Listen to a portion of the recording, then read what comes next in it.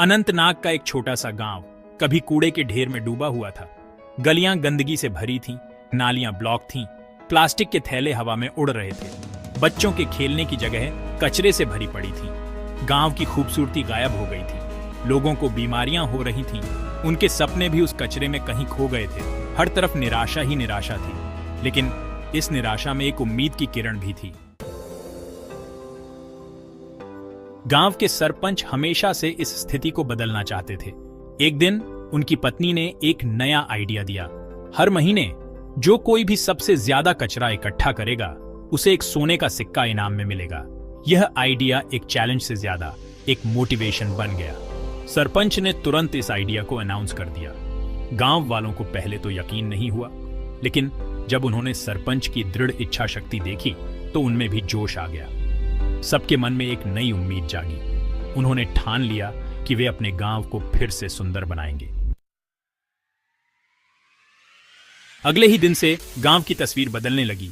बच्चे, बूढ़े, महिलाएं, पुरुष सभी ने बढ़ चढ़कर हिस्सा लिया। कचरा इकट्ठा करना एक कंपटीशन से ज्यादा एक सेलिब्रेशन बन गया। लोगों ने अपने घरों के आसपास सफाई शुरू कर दी।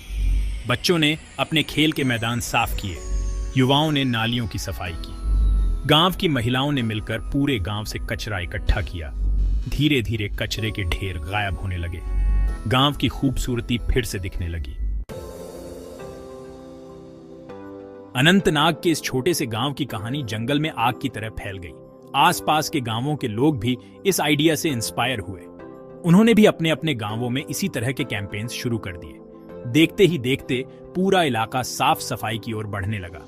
सरकार ने भी इस पहल की तारीफ की और इसे अन्य क्षेत्रों में लागू करने की योजना बनाई। अनंतनाग का यह छोटा सा गांव स्वच्छता का सिंबल बन गया।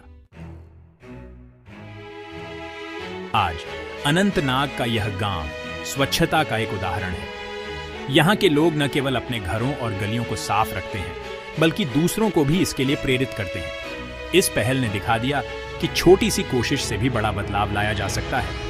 यह कहानी हमें याद दिलाती है कि स्वच्छता सिर्फ एक आदत नहीं, बल्कि एक जिम्मेदारी भी है। और जब हम सब मिलकर इस जिम्मेदारी को निभाते हैं, तो एक स्वस्थ और सुंदर समाज बनता है।